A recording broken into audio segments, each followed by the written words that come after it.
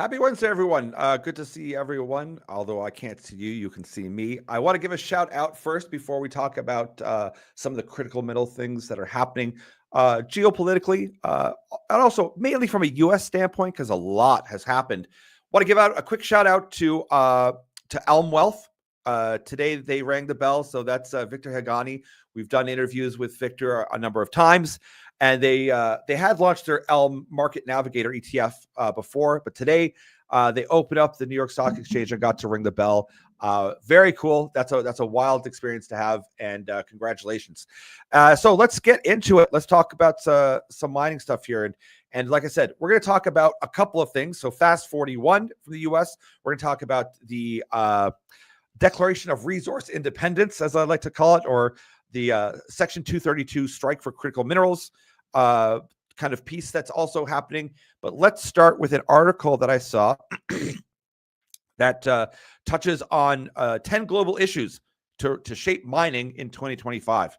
And why this is good is because more and more people are becoming very critically aware of the need for critical metals. A lot of times it's focused on rare earth. We see a lot of that partly because it is so critical. Rare earths aren't rare, but the refining of it and the production of it is very specific.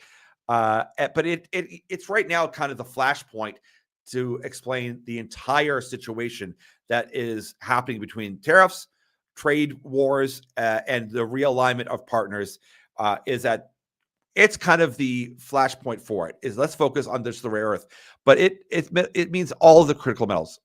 Whether it's, I would consider silver, high grade phosphate or phosphoric acid for batteries, whether it's copper, silver, you name it. All of these things are critical, not only for batteries, solar power, nuclear with uranium, but this whole mineral supply chain issue we've been talking about for a long time is now happening. Now, it doesn't happen overnight, although I certainly would like to see it. But we are seeing it at lightning speeds in the U.S. And this is disregard all the politics, all the socio-political things. But just if you're to look at extractive sector and at, once again, or if you're a climate person or an environmentalist, this is good news for you, regardless of how you feel about the current governments anywhere. It doesn't matter. Right now, working through export restrictions, tariffs, all of this is an attempt to move away from complete reliance on China. Now, that doesn't mean you shouldn't have a trading partner, and we should reevaluate that and continuously work with countries that might even be adversarial. That's a great way of building more diplomacy, is trade. We should always have that. But it is tough whenever China's done an exceptional job at being, at the very least, a decade ahead of the West in all of its energy and climate initiatives, metals refining, mining, you name it. It's far ahead. And it's a head shaker when you think, how did no one know that? Well, plenty of people knew, but why didn't anyone at the top leadership know that we should have been embarking upon solidifying way more supply of mining, stockpiling tons of these critical minerals if we even wanted to dream of attempting any kind of transition. There was a big gap there, and there's plenty of blame to go around, and we don't really need to worry about it. We need to worry about today, which is what's happening and what's the shakeup resulting in, and it's resulting in an America First mineral policy. And it's not just America. That one, I think people are very well aware of, that U.S. America First transition. What will be more interesting is Canada's take, because once again, there would be a lot of people that would say we'd want to trade less with the U.S. right now. Let's maybe trade more with China. And these are going to be important discussions at a corporate level as well as a country level. And we'll get into that in a bit more detail as well. It's hard to talk about the Canada piece because we're a week away from an election. And who knows for sure whenever whoever takes power what happens, because a lot of things might happen regarding it. One thing is pretty clear, though, and I stand by it, is if we continue down the same path we've been going for 9 years, it's pretty much a guarantee the economy is going to suffer. We won't do any extraction. There'll be a lot of talk about critical metals. They'll hire some consultants. They'll hire more government officials. They'll do more government research, but they won't actually take part in trying to build any future resource or climate strategy other than to simply slow down the economy. That I'm 100% certain of if we continue down the same path. If we don't, and we say, listen, we're a resource country, we have the opportunity to be the key leader. We have the opportunity to not only transition by using LNG, which we're building out at a very rapid rate now, which is great and strong. But we also have a chance with all of these other metals. I mean, between like E3 lithium, with Imperial Oil, with their DLE extraction here in Alberta, lots of lithium there, all sorts of great lithium projects, that can be mentioned, all the great uranium projects out there. And then, specific to regions as well that we could be building up.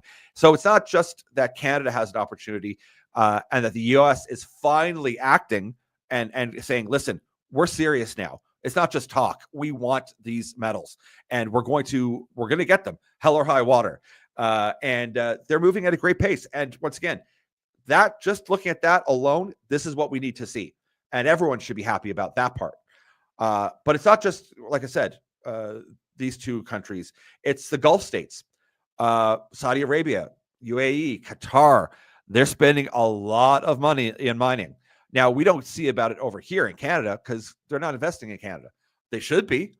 I think I saw one company did get some sort of funding from, I believe, Qatar, a little bit there. But they should be all over. They should be really beckoning us, coming to Canada, wanting to invest in Canada. And that tells you something about our overall economy, that they aren't interested.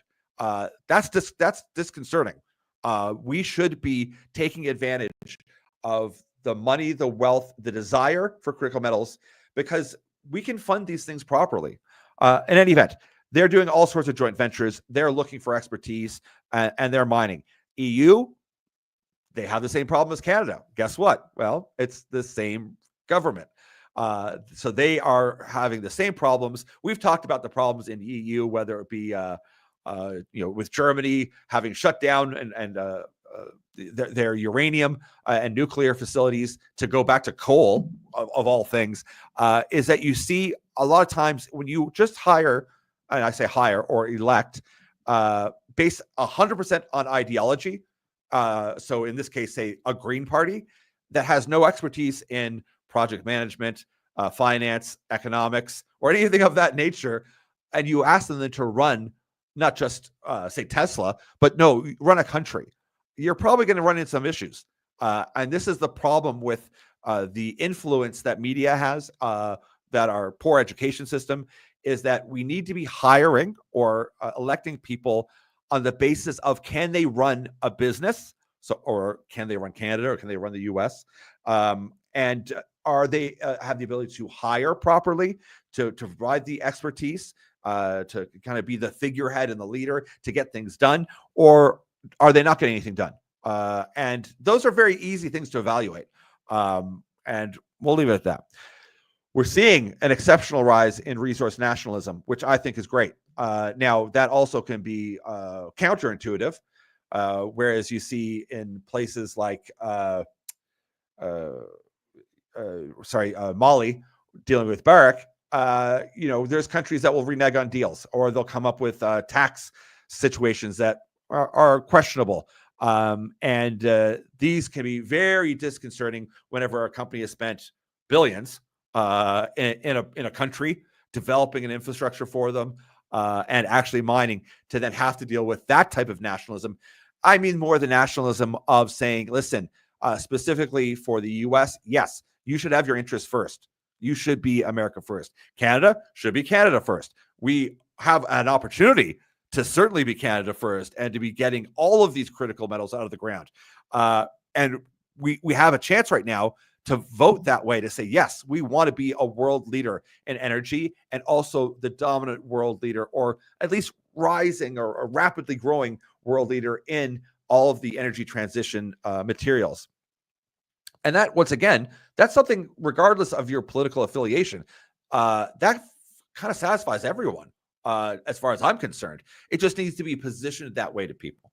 We're going to see a lot more M&A. I think we're going to see a ton here, especially in gold. I mean, gold, wow. Goldman Sachs says 4,000 now by end of the year, or at least it should touch there and maybe pull back. It's a reflection of the chaos that's out there. Gold has been at such an incredible metal. I'm going to call it an investment right now, because even though it's not really, it's a retainment of wealth. But as far as if you were to compare it to other things, it has been doing outstanding, and not just over this year or this year to date, but like since I've jumped into this business 7-8 years ago. It's incredible where it's come along from. I think we were down at like 1,057 at that point. Just incredible what it's done. And you're going to see this reflected soon in a lot of producers and the likes of Barrick. I mean, they're having problems with Mali. I think they're getting rid of a property as well. They're trying to sell for 1.2 billion. So they're freeing up a lot of cash, but they're going to look to need to buy something. And they're probably going to buy something that is in a more stable region, that they don't have to deal with, the issues that you're going to have in more third world countries, because as much as it's amazing that they have a lot of resources in a lot of these areas, it's very difficult to manage something like Mali, which is was overtaken by the army. It was a bit of a takeover. That's hard to negotiate with. So we're also seeing a big, huge issue with talent and investment along with that. We've talked about trying to drive people into mining. I've actually talked to someone very interesting that is a professor at UBC as well as SFU. He's putting together a project actually right now to develop a program that's specific for modern day mining. And it's been really interesting speaking with him. If you've got interest in that, reach out to me. There's actually a survey that they're doing of interest.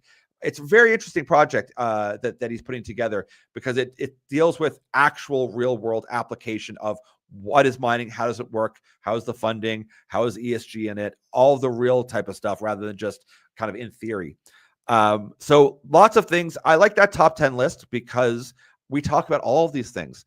And certainly we have a chance here to give the young people in all of North America, but particularly Canada, a chance to say, I can see a future in mining. And once again, mining isn't like AI, where overnight you might discover something and there's a lot of excitement. You're going to be working for decades. Like if a project goes, there's a lot of work that needs to happen to get it to production, then to produce. So there's huge careers that can come out of this. And that would be a very welcoming sign to any of the young people today that look and see, where am I going to find my place in the world? Like right now, there's no thought or hope of them buying a house. Never mind the fact that I think right today, 30%, certainly in Vancouver and Ontario, 30% of a new house goes to the government. Like that's insane. That's crazy.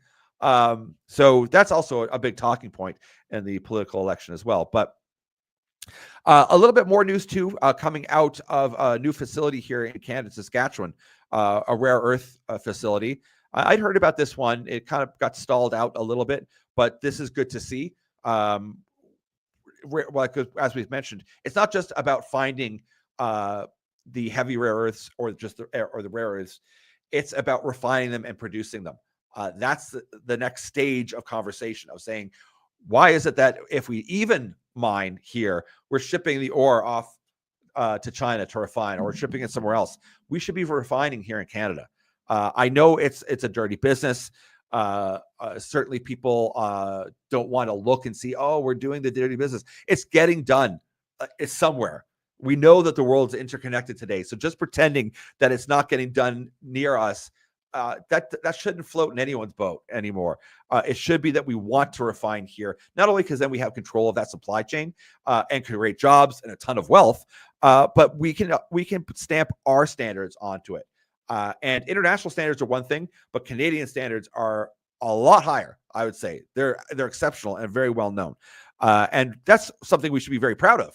I would say it's almost too much, but it's better to be too much because we have an opportunity here in Canada to show that we can do this with expertise and as best we can. Because once again, it is a dirty business, but it's not the same thing as it's projected to be. Like when people look at the 20s or the 30s or even in the 60s, which is what most people kind of think when they think mining, that it's or they see the picture of people in the Congo. That's not modern mining in the West. But along that as well, we saw decisive moves from the U.S. with Fast 41. They've nominated 10 projects that they're going to greenlight and push forward. Now, I'm under no illusions that won't get a ton of pushback from far left-wing people to try to stop it. But once again, they shouldn't be. And this is part of the ideological problem, is that you realize it's the same thing that I would hear when people say we don't want any carbon capture. And I'd say, well, why wouldn't you want any carbon capture technology? I thought carbon was the problem. And you realize that they say, well, because then you're just going to keep doing the mining or the extraction. You go, yeah, but if this is about climate, it's about capturing the carbon, and we can be neutral. Isn't that the solution? Isn't the answer? Is you realize that isn't what they want. They do want just no more drilling or extracting. They want a lower economy. They have a whole other agenda that has nothing to do with the green part of it or the climate part of it. And unfortunately, often when you really drill down to someone who's on that spectrum of ideology, that's what it's really about. It becomes about distribution of wealth. And I would say 9 times out of 10, whenever I have a discussion or read an article or see something on YouTube, that's what it's about. It's as they say, it's green on the outside, red on the inside. So on April 15th, Trump signed an executive order, the Trade Expansion Act of 1962. So this is an investigation into national security risks posed by foreign dependency on processed critical minerals. So now we're not just talking about the mining, but it's the production, it's the processing. So that's the step 2. We need to find the mines, which we have lots of potential mines or out here in Canada. We then have to process and want to process it here in Canada. Now, why that matters now, especially for like a lot of the rare earths, which we're hearing a lot about, is that this is stuff that goes not only into smartphones or into MRIs, it goes into fighter jets, it goes into missile guidance systems, and you can't have them. Like you can't have a missile guidance system unless you have some of these rare earths. So I don't even just mean as far as our economy and the lots of EV cars and whatnot for the magnets and whatnot from neodymium. I'm talking about you can't have a military. That's a problem. Now, that's a bit more of the ugly side of the conversation, but that's a real issue. Is if you have just spent most of your arsenal sending it to Ukraine and you need to build up your arsenal, and China says, guess what? We're not sending you any of that because we process it here. Yeah, we don't feel like it, which is basically what they're saying. You have a real problem. How much did you stockpile? I don't know how much they've stockpiled. So, which is why I think we've seen today, there was a news story saying that maybe he's backed off a little bit with China, or they're coming to the table. Once again, I've always thought of this as being extreme negotiations, but negotiations nonetheless. But really, this whole act here is looking at the fragility of the West as a whole, but certainly specifically the U.S. of where they've put themselves. And it is where they've put themselves. I see a lot of complaints saying, well, this was the Americans. They started this. They shipped jobs over to China. They wanted this. Like, yeah, they did. They had a plan. It didn't work. And now they should have it back. And someone should have it back. And I see it as, yes, is it going to be a painful transition? Absolutely. But doesn't mean they have to do it all alone either. They're going to do it with a lot of partners, and China's going to be one of them. But it's going to be a very difficult discussion. because once again, China didn't spend decades building up to put themselves in the position as far as the amount of coal plants they have, the amount of nuclear power plants they have, the amount of energy they consume. They didn't do that for nothing. So whenever you tell them, well, we don't want to rely on you so much, that's a big part of their economy, but it's a big part of their dominance and their imperialism. And obviously, you got two superpowers, and they're officially, even though they aren't per capita, it's still a challenge for most people in China. They are on the brute force numbers.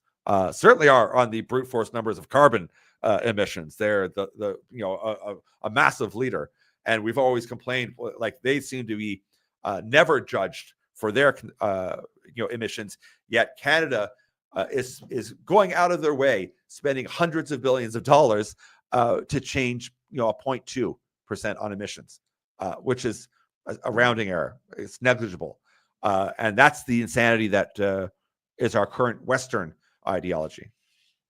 So the bigger picture, Fast 41 streamlining the U.S. permitting process. This is once again a good thing. It's not because there isn't a process. It's because it becomes repetitive, redundant, and there's too many people that could just stop a project.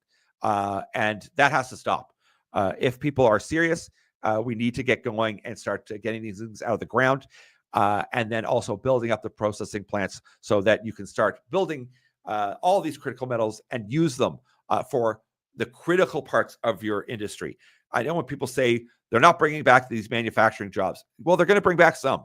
They definitely are. And they're going to be critical ones. They're going to be like the chips. It's going to be missile guided systems. It's going to be with companies like Palantir, and it's going to be with companies that are building up General Dynamics or whatnot, that are building up arsenals of weaponry for defense, but also all of the things for robotics that are going to be necessary. Does that mean it's going to be a ton of new jobs to work in plants? No, I'd say exceptionally unlikely. It's probably going to be robots. We see with Tesla and Optimus, that's robots building chains of equipment, and they're doing it at incredible speeds. And it's wild. It's incredible to watch the technology, but it won't be this idea of an industrial revolution that they had back in the States, where everyone's on the front lines on a Ford factory working. That's not going to happen. But there will be jobs, and there'll be a need for upgraded jobs. And the sooner people kind of start thinking future forward, there'll be lots of opportunity. So, final thoughts. This is all about decoupling. Now, whether it's extreme decoupling or just a little bit, step by step, it is happening. And the big issue now is that there is decoupling while the U.S. is still enforcing that we're going to be the hegemony. We're going to have the U.S. dollar have strength. And that's a tough mandate to have. But nonetheless, if you're looking at energy and you're looking at mining and you're looking at any type of transition from any perspective, there's lots of good news on the horizon. And if we can see that translate the same type of ideas that are coming in the States and that translate up into Canada, there's a massive opportunity. And I don't even mean that you necessarily trade with Canada. It would be a huge opportunity to trade with Europe, even trade with China. Expand the portfolio. Leave yourself options. We have the chance, because we have it, to be able to hold the cards, as Trump says. But right now, we're not even holding any cards. They don't even want to pick up the cards. So hopefully we're going to see that we pick up the cards, we start playing, and we have those couple of aces in our hands as well, up our sleeves, that really sets forth our future. And it looks bright. I'm very optimistic. It can go either really dark really quickly, or we might have a big chance and a big hopeful future. But it's going to be interesting nonetheless. Anyways, everyone, have a great midweek. Look forward to seeing you on Friday. We've got some great guests coming up, and there's lots brewing behind the scenes here. So make sure you check out our blog as well. Take care, everyone. We'll talk to you real soon.